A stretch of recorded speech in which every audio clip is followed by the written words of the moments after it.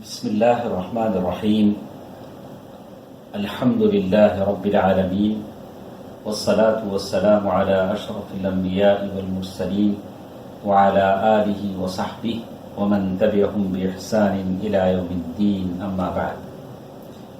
محترم حضرات و خواتین، دلوں کے اعمال کی اس گفتگو میں ہم سن رہے تھے کہ آدمی اگر ظاہر سے اپنے آپ کو اچھا بنا لیتا ہے اور اندر سے اس کی نیت اچھی نہیں ہوتی ہے تو اس کا نتیجہ اچھا نہیں ہوتا ہے اور اس کے کچھ نقصانات ہوتے ہیں.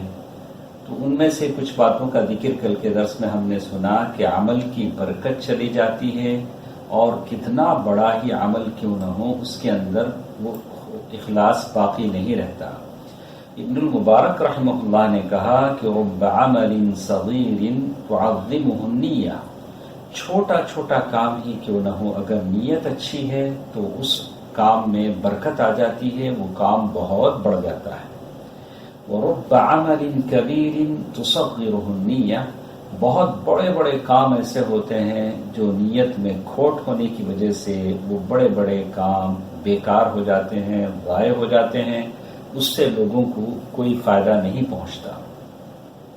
اسی لیے محمد بن الحنفیہ اور ربیع بن خثیم رحمہم اللہ یہ دونوں فرماتے ہیں کل ما لا یبتغى به وجہ اللہ یضمحل، ہر وہ کام جو اللہ کے علاوہ کسی اور کے لیے کیا جائے، کسی اور کو خوش کرنے کے لیے کیا جائے، وہ کام ختم ہو جاتا ہے، کمزور پڑ جاتا ہے، اس کام میں قوت نہیں رہتی. اسی طرح آپ اور ہم دیکھیں گے کہ نیت اگر اچھی نہیں ہے، ظاہر سے سب اچھا دکھتا ہے تو اس کا نقصان یہ بھی ایک ہوتا ہے اعراض القلب عن اللہ واشتغالہ بغیرہ، آدمی کا دل اللہ سے پھر جاتا ہے، کسی اور چیز میں مشغول ہو جاتا ہے. یعنی آدمی کوئی بھی کام کرے، نیت میں اگر کھوٹ ہے تو اس کا دل اللہ تعالیٰ سے پھر جاتا ہے اور کسی اور کام میں اس کا دل لگ جاتا ہے. جسے ابن القیم رحمہ اللہ نے کہا وَأَصْلُ الْغَيِّ مِنَ الْحُبِّ لِغَيْرِ اللَّهِ، غی کہتے ہیں کہ اللہ کے علاوہ کسی اور کی محبت کیوں دل میں بٹھانے کو.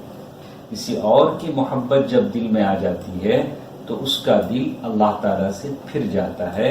اب اس کے دل میں اللہ تبارک و تعالیٰ کے لیے کوئی جگہ باقی نہیں رہتی ہے اور وہ دوسروں کی طرف دیکھنے لگتا ہے. اسی طرح آپ دیکھیں گے کہ نیت کے اچھا نہ ہونے کی وجہ سے کیا کیا نقصانات آتے ہیں. تو اس میں یہ بات بھی ہم آپ کے سامنے بتا دیں کہ پوری نیت رکھنے والا اپنے آخرت کو بھی تباہ برباد کر دیتا ہے. اس کا عمل کتنا ہی بڑا کیوں نہ ہو، اس عمل کا اس کو کوئی بدلہ نہیں ملتا ہے، اس لیے کہ اس کی نیت اچھی نہیں ہے. تو چلیے ہم آپ کو ایک حدیث سناتے ہیں. اس حدیث میں کیا ہے، شفیع اصبحی کہتے ہیں کہ میں مدینے میں داخل ہوا تو دیکھا کہ ایک آدمی ہے، ان کے اطراف بہت سارے لوگ جمع ہوئے ہیں.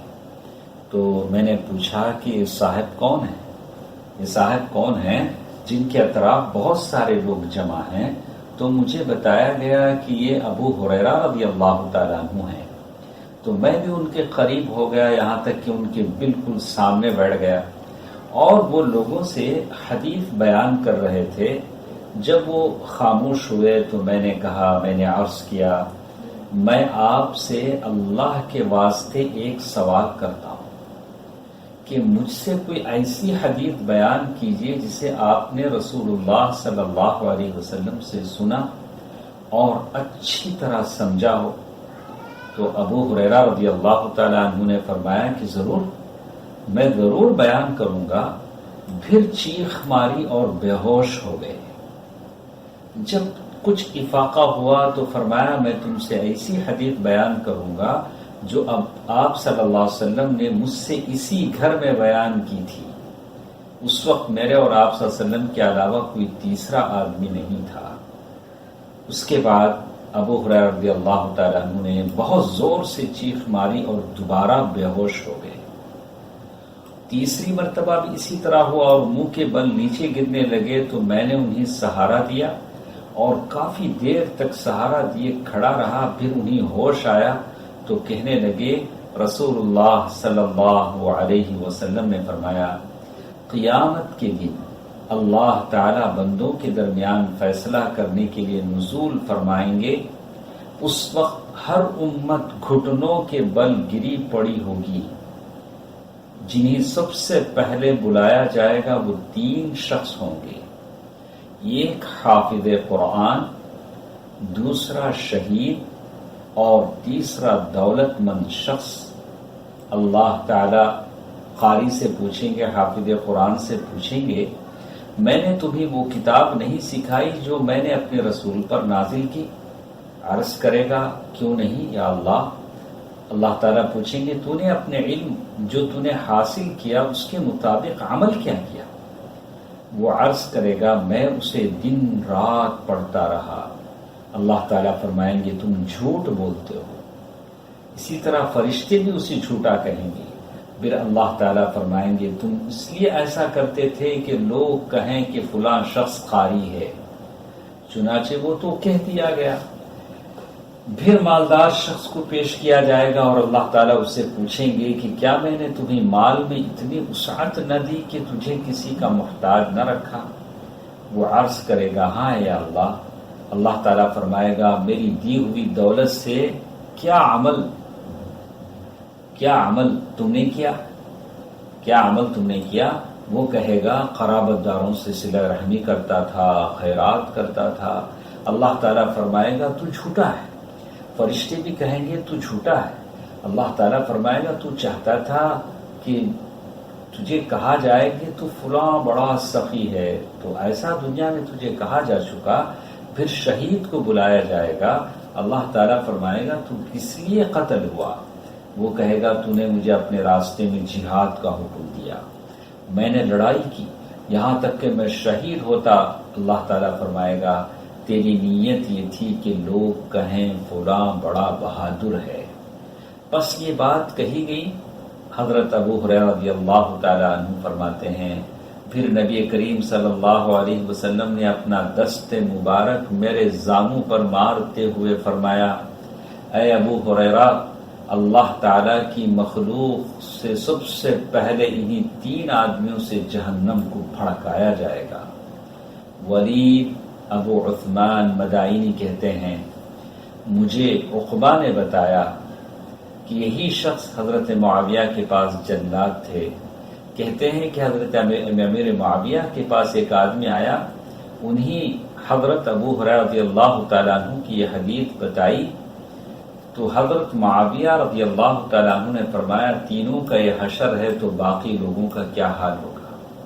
پھر حضرت معاویہ اتنا روئے یہاں تک کہ ہم سوچنے لگے کہ وہ اب فوت ہو جائیں گے، اور ہم نے کہا یہ آدمی ہمارے پاس شر لے کر آیا ہے۔ اور پھر جب حضرت امیر معاویہ کو ہوش آیا رضی اللہ عنہ تو آپ نے چہرہ پوچھا اور فرمایا، اللہ تعالیٰ اور اس کے رسول نے سچ فرمایا۔ پھر یہ آیت پڑھی، من كان يريد الحياة الدنيا وزينتها نوفي إليهم أعمالهم فيها وهم فيها لا يبخسون أولئك الذين ليس لهم في الآخرة إلا النار وحبط ما صنعوا فيها وباطل ما كانوا يعملون۔ جو شخص دنیاوی زندگی اور اس کی رونق چاہتا ہے، ہم ایسے لوگوں کے اعمال کا بدلہ دنیا میں دے دیتے ہیں اور اس میں کوئی کمی نہیں رکھتے۔ یہ ایسے لوگ ہیں جن کے لیے آخرت میں دوزخ کے سوا کچھ نہیں، بس جو کچھ انہوں نے دنیا میں کیا وہ ضائع ہو گیا اور ان کے اعمال باطل ہو گئے۔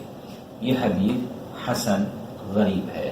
اس سے معلوم ہوتا ہے کہ یہ اتنے بڑے بڑے اعمال کرنے والے، ان کی نیتیں اچھی نہیں تھیں جس کی وجہ سے ان کا انجام یہ ہوا۔ سورۃ ہود کی یہ آیت ہے جو ہم نے آپ کے سامنے پڑھی، آیت نمبر 15۔ باقی باتیں انشاءاللہ کل کے درس میں ہمارے ساتھ رہیں گی. اللہ تعالیٰ بہتر بات سننے اور عمل کرنے کی توفیق دے. آمین. السلام علیکم ورحمۃ اللہ وبرکاتہ.